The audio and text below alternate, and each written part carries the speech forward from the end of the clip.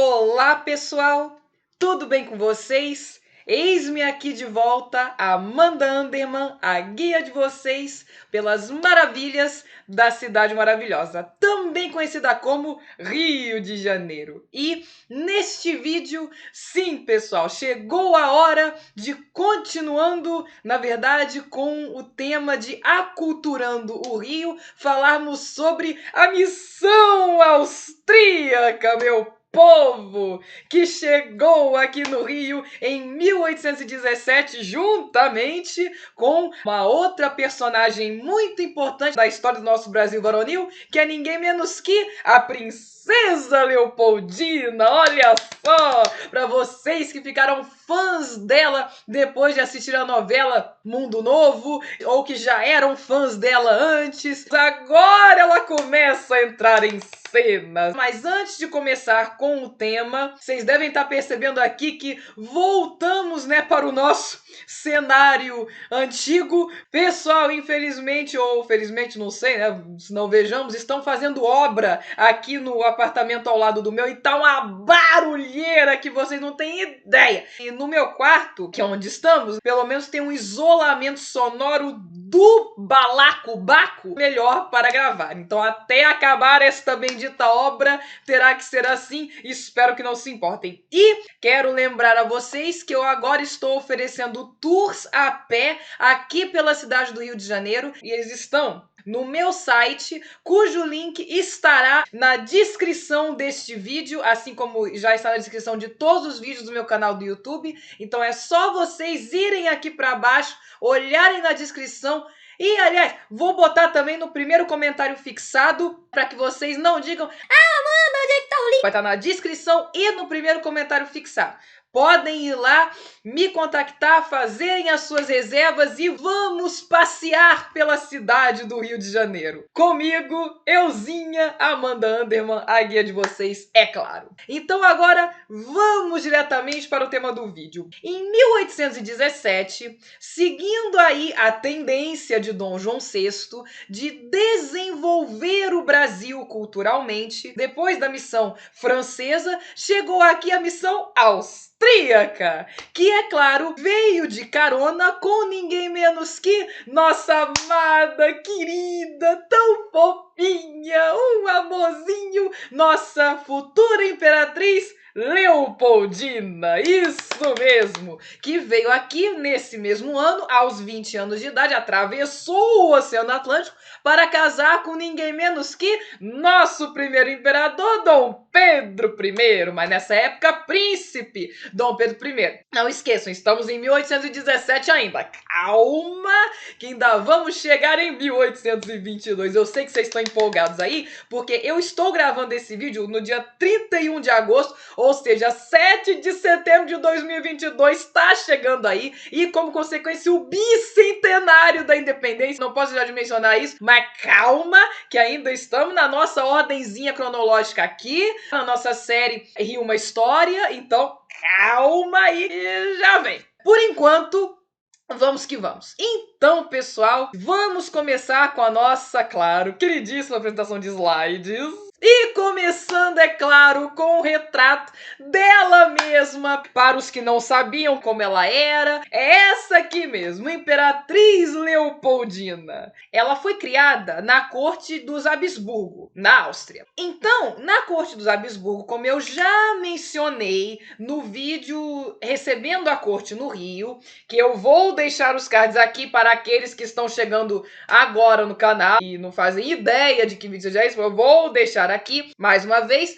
Então, como eu mencionei antes, na corte dos Habsburgo, tanto filhos como filhas, filho mais velho, filho mais novo, todos eram educados igualmente na expectativa de serem governantes. E isso incluía inúmeras matérias e áreas de conhecimento sobre política, relações internacionais, assim como etiqueta, é claro. E no caso da Leopoldina, ela era, assim, de uma inteligência fenomenal, que ia assim na estratosfera, de tão acima da média. E o que ela mais gostava, gente, além de tantas habilidades, tocava piano, que era uma coisa, era uma amazona profissional, basicamente, gostava de caçar, mas além disso, gostava também por prazer de estudar ciências naturais, mineralogia, estudar a natureza. Inclusive, quando ela já estava casada com Dom Pedro I,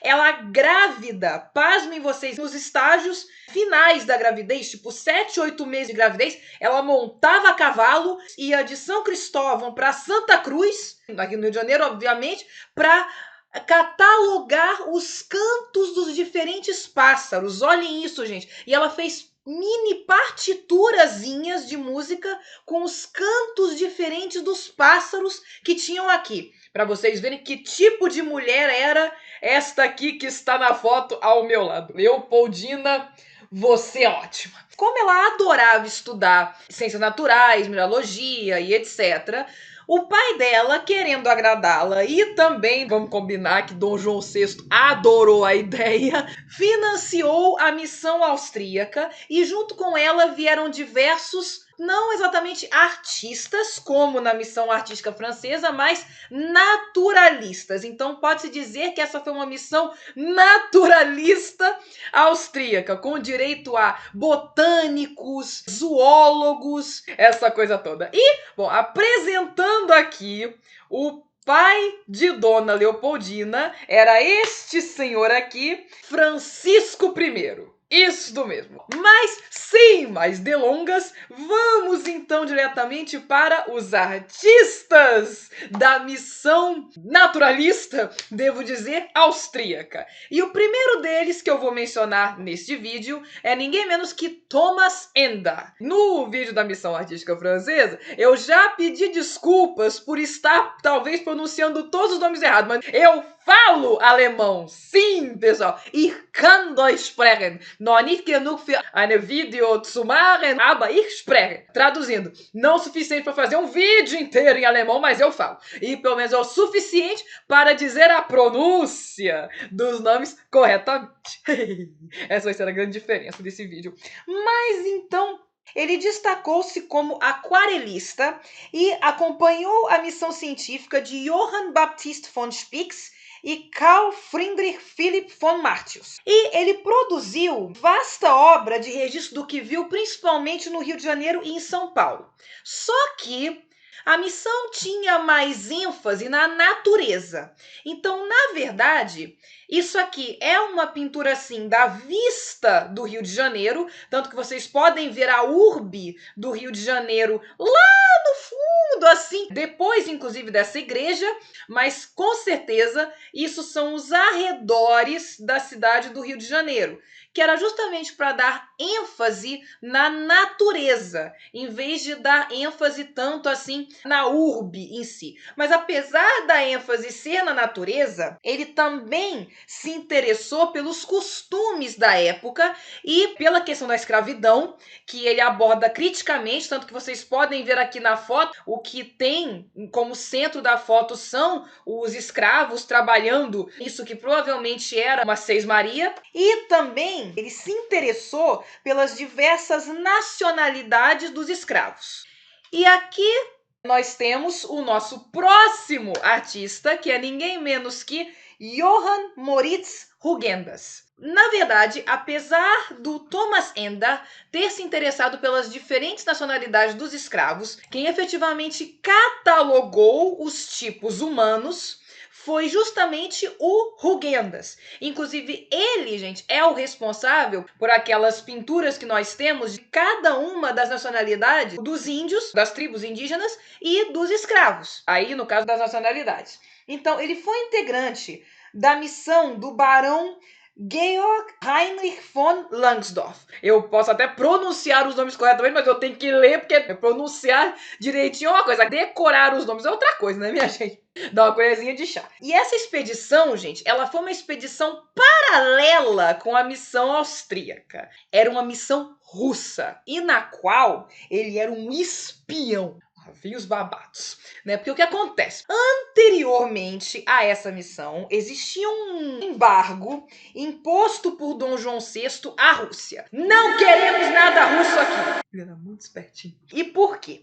Porque os russos, gente, eles fizeram a besteira homérica de assinar o Tratado de Tilsit em 1807, que basicamente era um tratado que eles assinaram com Napoleão, #treta, para acabar com a dinastia de Bragança, da qual Dom João VI era parte. Vocês aí que são entusiastas da Rússia, sei lá, né, tem muitos hoje em dia, vai saber por quê. Então vocês queriam que o Dom João VI fizesse o quê? Claro que embargou. Mas aí, quando Napoleão entrou em guerra com a Rússia arregou, né? Voltou atrás. Gracinha! E aí tentou estreitar de novo os laços com o Brasil, mandando naturalistas também. E o Rugendas, voltando aqui para ele, era espião nessa missão da Rússia. O mania dos russos de mandarem espiões. É uma coisa assim, não pode olhar para que já manda o espião. Vou te contar, viu? Esses russos. Voltando, ele chegou em território brasileiro em 1821 e, como eu já disse antes, ele se interessou por catalogar os tipos de botânica e também os tipos humanos. E aqui estão as clássicas pinturas dele, dos diversos grupos étnicos, no caso, ou tribos de indígenas. Aqui são 4 deles, é claro, aqui do Brasil, e também de escravos. Com certeza essa segunda vai ser mais familiar para vocês, que está em museus Brasil afora. Cada tipo de nacionalidade tem escrito embaixo a nacionalidade que seria correspondente a cada um deles. Temos ele, agradecer. E quem quiser aqui fazer igual no vídeo da França, né? Agradecer, no caso, em alemão, porque ele é austríaco, vamos combinar, seria Dankeschön. Dankeschön, Herr Rugendas. Continuando com os nossos artistas aqui, temos o nosso próximo artista, que é ninguém menos que Johann von Spix. Então, Johann von Spix foi o primeiro zoólogo a explorar a região amazônica. E ele nasceu numa família simples, que não dispunha de muitos recursos, e aos 11 anos ele entrou na Escola Episcopal de Bamberg e ele se destacou na escola, certo? E pouco depois de se formar em 1808, ele foi convidado pelo rei Maximiliano José I para organizar o gabinete de zoologia da Academia Real de Ciências da Baviera em Munique. Aí já não era mais Áustria, tá, pessoal? Era Baviera.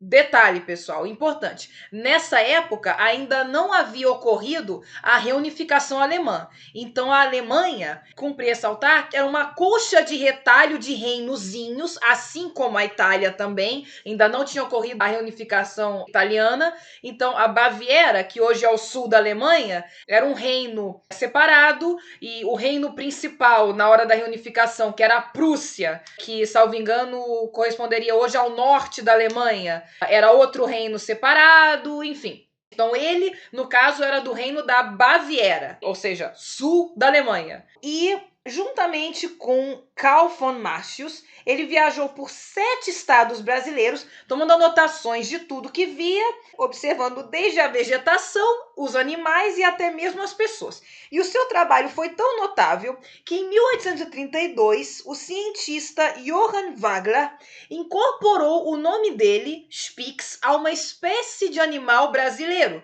que é nada menos que a ararinha azul, cujo nome científico primeiro foi Citace spixi e posteriormente, que é o nome até hoje, Cyanopsita spixi, em homenagem a este zoólogo. Olha isso. E para aqueles que estão se perguntando, mas Amanda, é arara azul que você tá falando? Mas eu vi que arara azul tem outro nome científico. Como assim? Não é esse. Eu também me confundi um pouco quando eu estava estudando, porque apesar de história sempre ter sido meu forte, botânica nunca foi.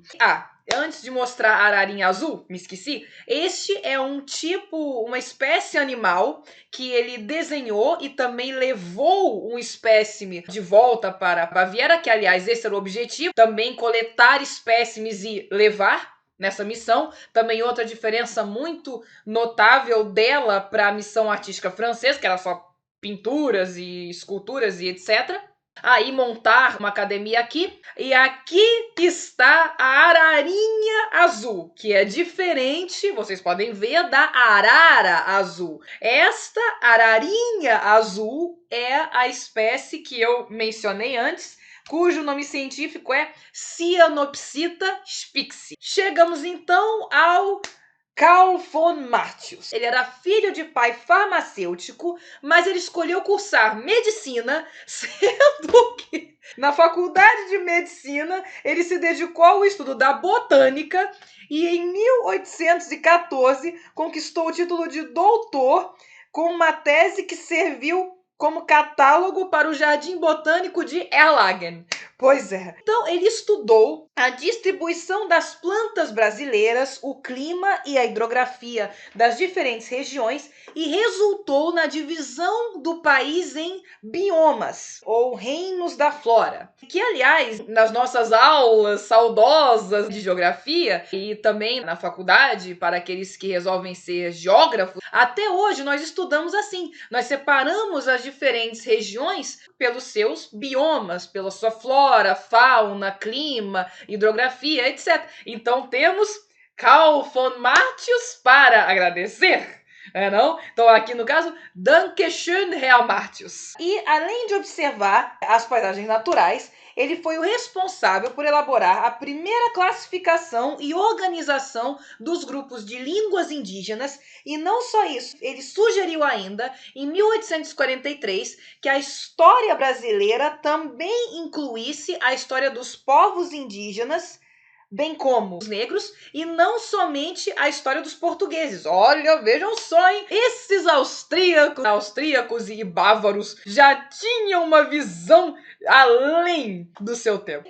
E isso aqui é uma das pinturas dele, de Martius, que vocês podem ver mais uma vez. É uma vista do Rio de Janeiro, mas a ênfase do quadro está na jaqueira. Mais uma vez, a ênfase na natureza e não na urbe e etc. Então, agora sim, nós chegamos ao nosso último componente da missão austríaca, que é ninguém menos que Johann Nattara. Ele foi o que mais se dedicou a levar espécimes de volta para a Áustria. Enviou uma infinidade de animais, plantas e minerais, além de objetos etnográficos dos povos indígenas, e levou com isso a criação em Viena do Museu Brasileiro, onde as pessoas poderiam ver não somente esses espécimes que ele levou e os objetos etnográficos, mas também